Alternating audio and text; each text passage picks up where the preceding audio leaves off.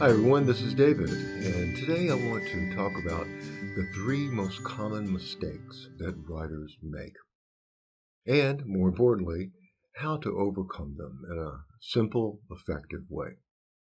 The first one goes by the fancy name of faulty template analysis.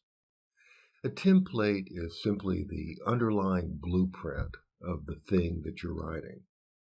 Virtually everything that has been written, virtually everything that will be written, has a template, a set of common characteristics, whether it's a sympathy letter, a Shakespearean tragedy play, a Hallmark sympathy card, or a letter to your boss, or an assignment to a history teacher. It's very important for you to know, especially as a student and as a member of the workplace, that whenever your teacher asks you for a certain assignment, that teacher already has in mind the perfect paper, that template. And it's your job to understand what that template is. The same thing for your boss. If your boss says, hey, give me a report on what happened yesterday, you need to immediately find out what format is used for reports in that company and in that workplace. Have you ever had the experience of getting back something from a teacher or a boss, and the teacher saying, sorry, you didn't follow the assignment instructions, or the boss saying, this isn't what I wanted, try again? Often what they're saying is, you did not follow the template that they were expecting. Now, how can you overcome this? Well, whenever a teacher gives you an assignment, if there's not a rubric, or if the teacher doesn't supply you with a sample model paper from a previous student, ask for one.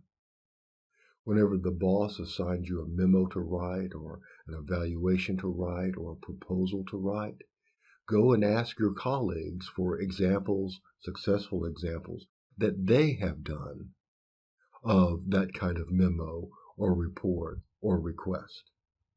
So what you're doing is getting firmly in your mind the blueprint, the structure of what it is that teacher or that boss or that whoever wants. Okay, the second problem is called head writing. Head writing is simply where you try to compose the sentence in your head or paragraph and edit it at the same time.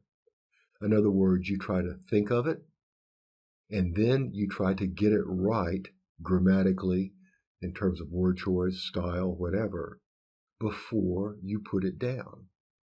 And the worst position a writer could ever find herself in or himself in is that one right there. That means your head writing. The first time that you write a draft, in other words, after you've done your pre-writing, your planning, your research, your whatever, and you're sitting down for the first time to put sentences on the page or on the screen, you should do that as quickly as possible.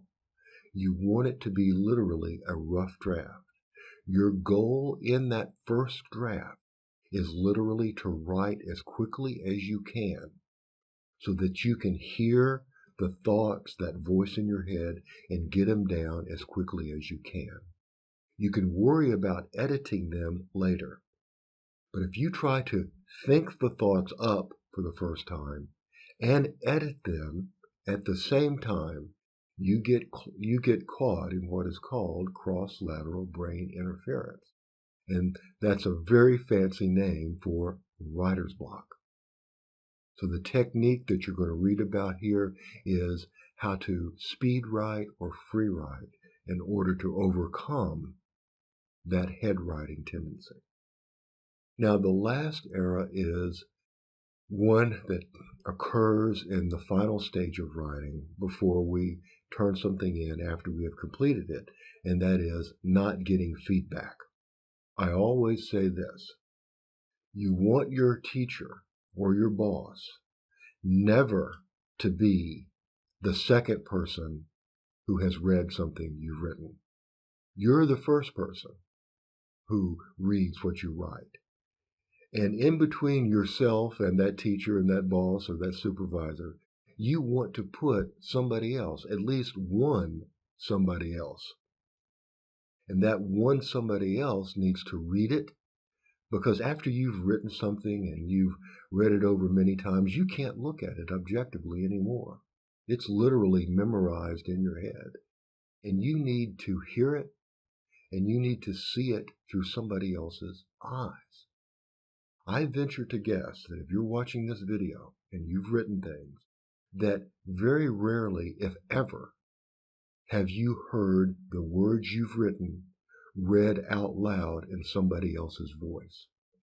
I bet most of the things that you write exist only silently on the page and with the voice in your head.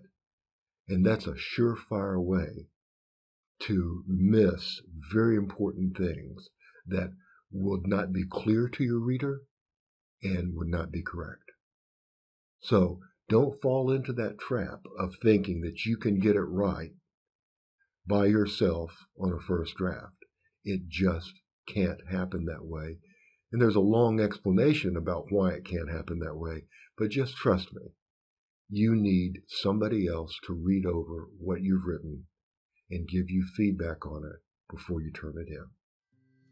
Okay, read over the rest of the lecture here that is written out, and you'll find out more about these techniques that will enable you to overcome the big three, the three most common errors made by writers.